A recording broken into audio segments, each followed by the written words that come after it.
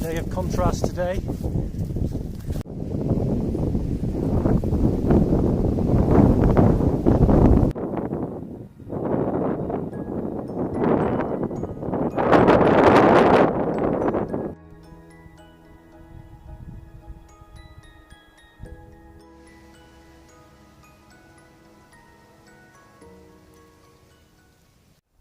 From little acorns do great oaks grow, and that one you can see there in shot is a 7-year-old oak tree grown from an acorn that I collected from this very woodland, so that one's doing well. I don't know if you can hear in the background, but there are some bullfinches foraging in the hawthorn to my right. I can hear them, but I don't know whether the camera's picking that up. Beautiful.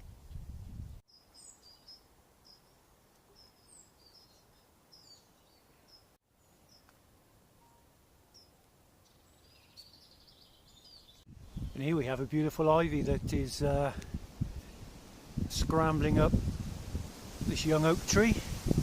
I know that ivy in trees is a bone of contention with many, but I am a big fan of ivy. It ticks a lot of boxes, and I think it more than pays its rent in respect of providing evergreen leaf cover for wildlife, flowers in the autumn for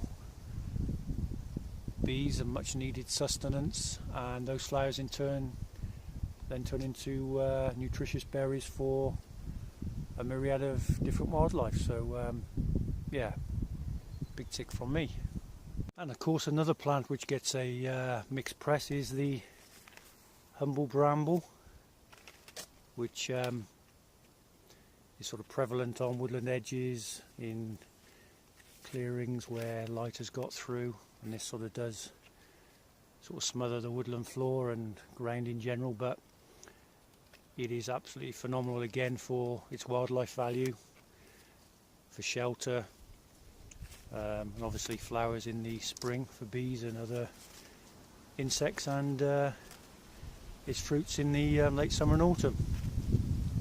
So again, another big tick for the humble bramble.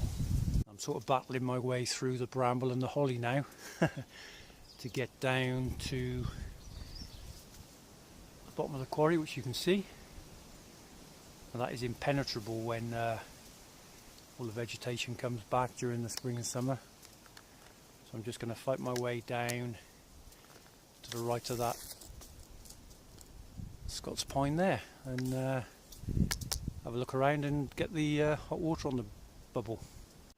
Well, I've got down with a bit of a struggle. That bramble was vicious. I've taken a few thorns to get here, but you can see now I'm in the base of the quarry, and the woodland I normally frequent is on either side of me now. You can see the rock face in the distance. I won't raise the camera up to the tree level because the exposure on the phone it'll just be a whiteout, but here we are. So I'm just going to have a little look around now.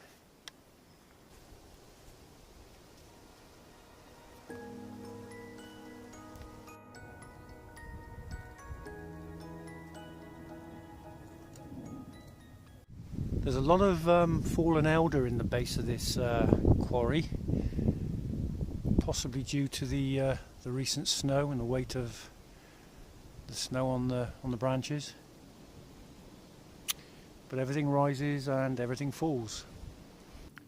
Some beautiful hazel catkins, so spring isn't far away.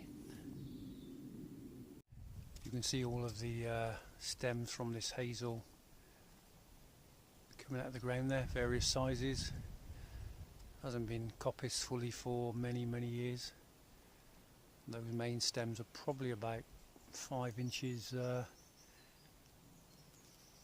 in diameter, so I'll probably coppice a few of those in the next week or two, and some of the thinner ones anyway, and fashion a few more blanks for walking sticks. So we've got the Stanley cook pot now on top of the Lixada. That should only take a couple of minutes to boil. It's a bit smoky because the wood I'm using is silver birch, small pieces, which has got a lot of oil content, and some dead standing hazel, which is a little bit damp. The bark section, so until it really gets going, it's going to be a little bit smoky. So we'll just leave that now for a minute or two and get our cup of tea on the go. Take the water off the stove.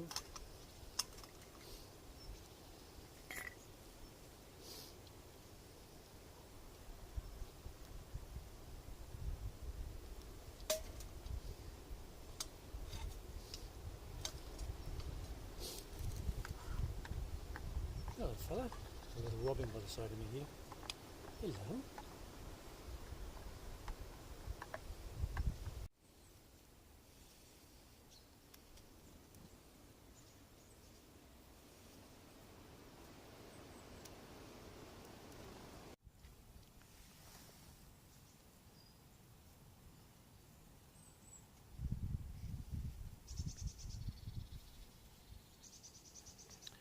Here we have some bluebell bulbs which have been dug up by the local badgers. I'm just going to poke those back in,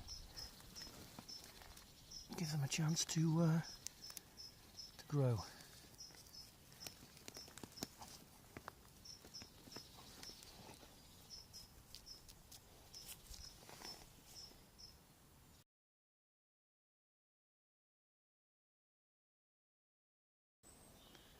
There's a rock face there, and I think that looks like a feline face.